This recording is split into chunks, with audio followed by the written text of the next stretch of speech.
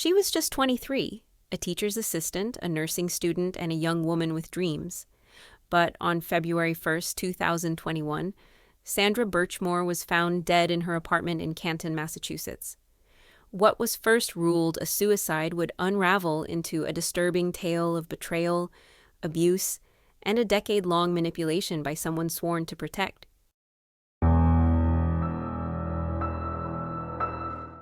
Sandra grew up in Stoughton, Massachusetts, raised by a chronically ill single mother and her grandmother. Her father was never in the picture. Now, Sandra didn't have the best of childhoods. She was a bit lost, acting out in school, telling lies. According to her teachers, it seemed as if she was vying for attention, looking for somebody to care for her. The love and care she received from her mother and grandmother wasn't enough.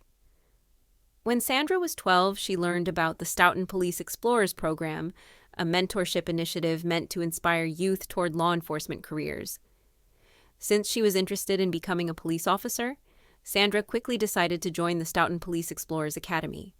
2 years into the program, Sandra meets Officer Matthew Farwell, a newly hired instructor for the Police Explorers. It didn't take long for the two to develop a strong relationship.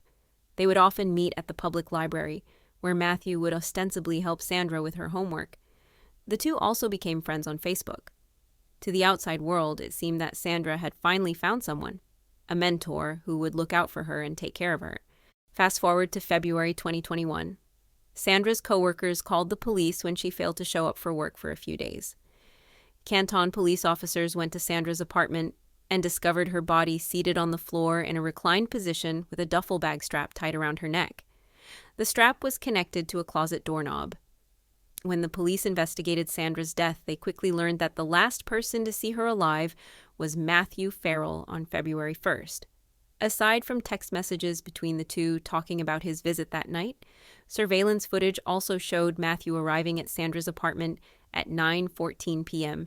and exiting the lobby of the building at 9:43 p.m. According to the health app data on Sandra's phone, there was no recorded movement by Sandra or her phone after 9:40 p.m., possibly indicating her time of death.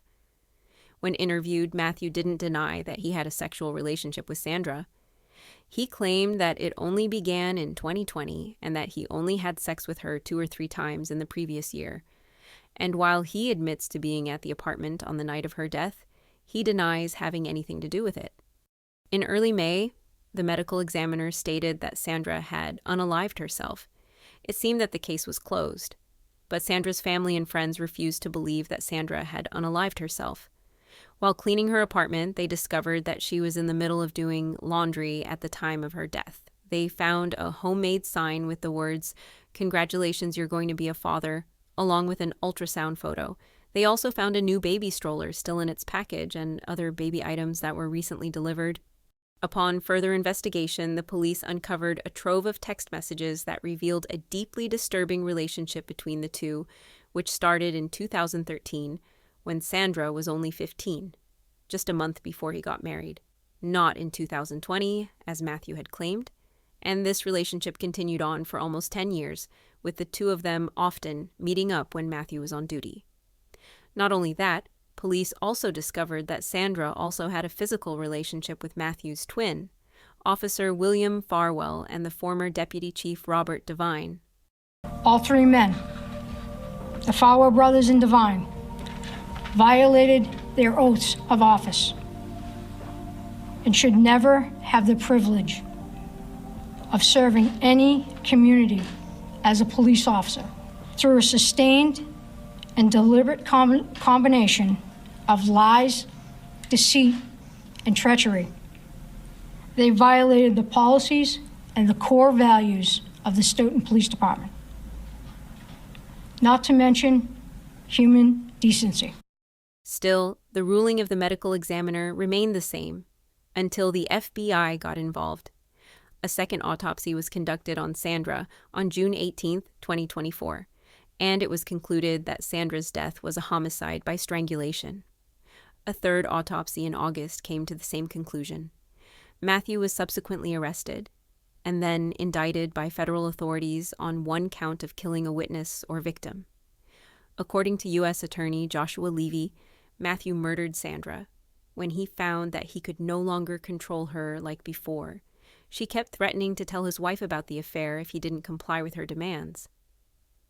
Matthew's trial is still ongoing. Sandra's story is not just about one man's betrayal. It's about a system that allowed it to happen.